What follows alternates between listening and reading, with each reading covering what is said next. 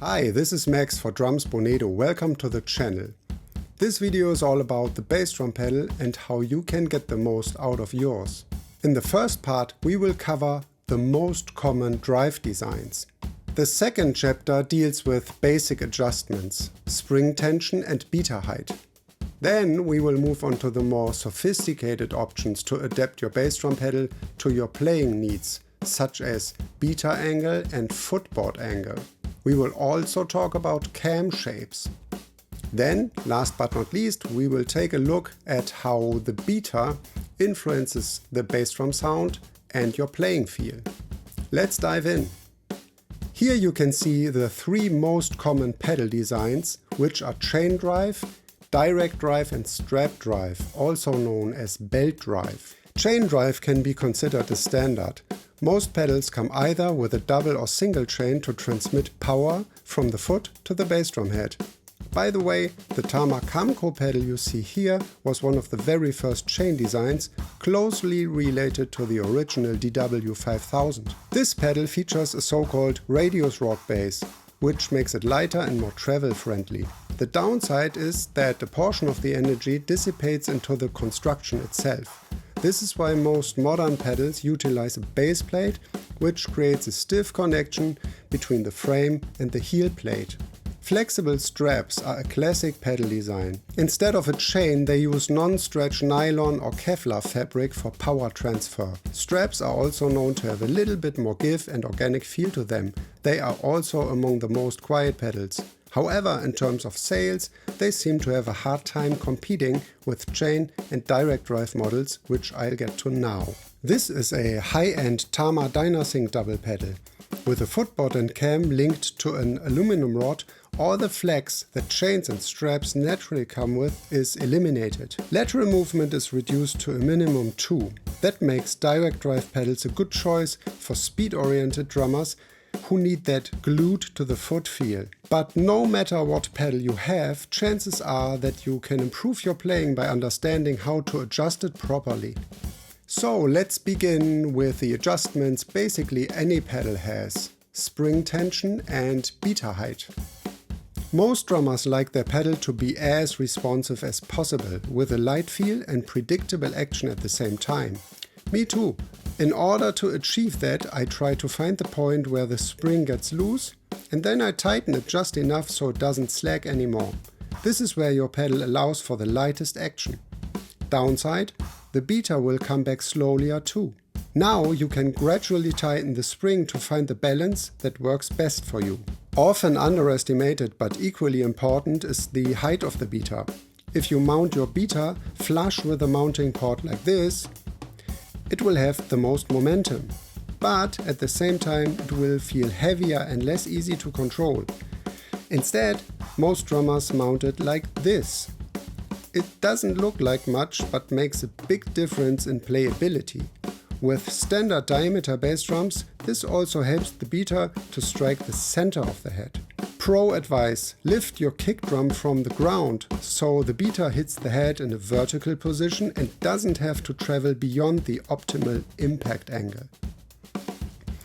Now let's see what the more advanced options can do to your playing. One of the most common features is the adjustable beta angle. With many pedals, this is combined with a footboard angle adjustment, so both parameters can only be changed in conjunction with each other. Here you can see how it works. But what does it to your playing? It's pretty simple. If the beta starts further back, it has more way to accelerate and the footboard has a longer lever effect.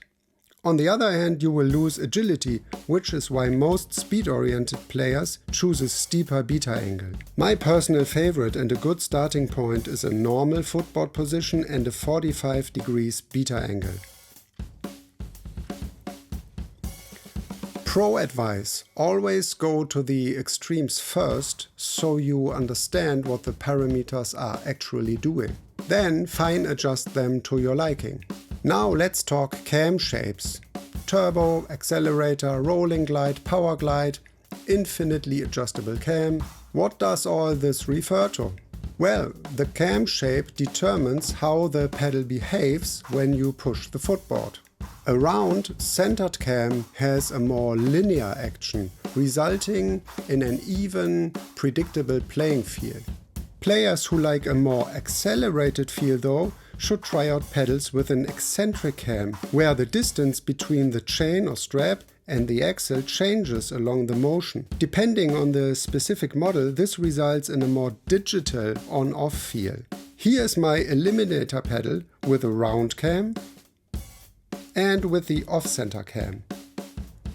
Now I want to show you how the beaters affect the playing feel and the sound of your bass drum. Here are some from my personal collection. Let's cover the playing feel first, which is mostly determined by the weight of the beater head.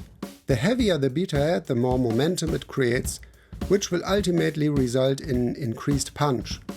Downside, it feels heavier and less agile. Some manufacturers include movable weights with their beaters. The higher you mount them, the more punch you will get.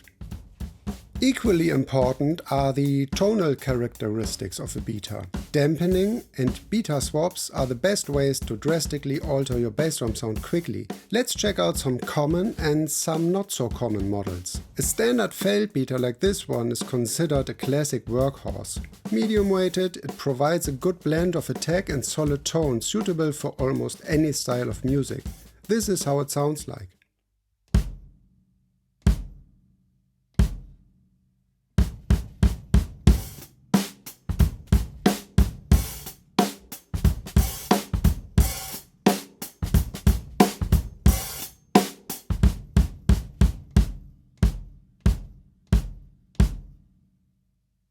Then we have another classic, the Fleece beater. This one sits at the soft and boomy end of the range. Its reduced attack makes it a favorite among drummers who are more into jazzy tones with a warm sounding bass drum. This is often combined with a closed reso head for even more tone and a longer sustain.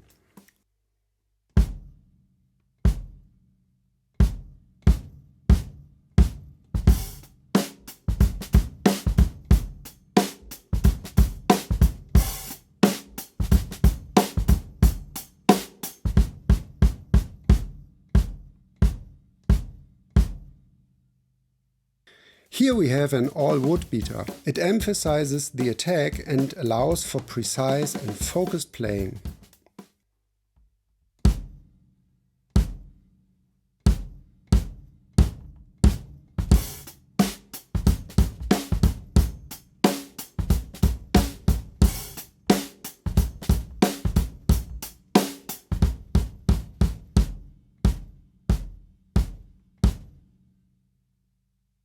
The same goes for plastic beaters. If you want your felt beater to have a little more presence and in-your-face character, I recommend using one of those multi-sided felt plastic combi beaters like this Pearl quad-core model.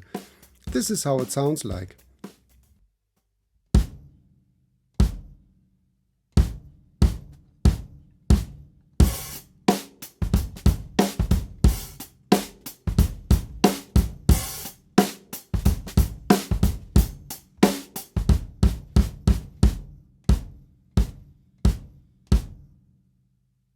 But there's more. Companies like Dragonfly Percussion or Lowboy custom beaters set out to create new sounds using unusual constructions and materials. Like this one, a leather surface beater creating lots of power and a snappy punch.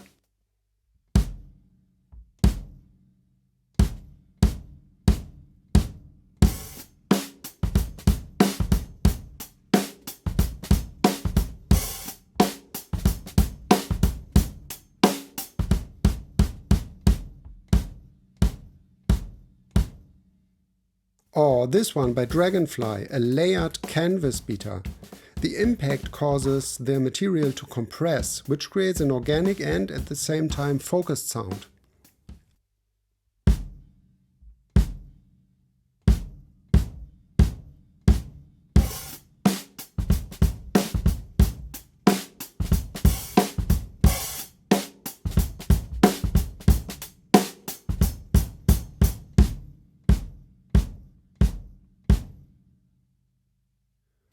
Before this video comes to an end, I want to talk about price versus quality.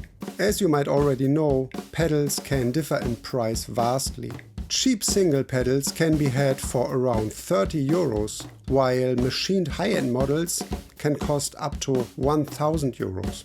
This is because high-quality, low-tolerance metal parts such as bearings, shafts and axles are more expensive. The same goes for machined frames. All this adds up to lower friction and therefore a smoother performance and increased durability. Especially double pedal players benefit from a sturdy build and high quality cardan shafts. However, in the end you should always focus on how a pedal feels and not so much how many features it has. Because if it feels right in the first place, you don't have to make many adjustments. So that's it for now. If you liked the video, please hit the thumbs up and subscribe button for more. See you next time. Bye.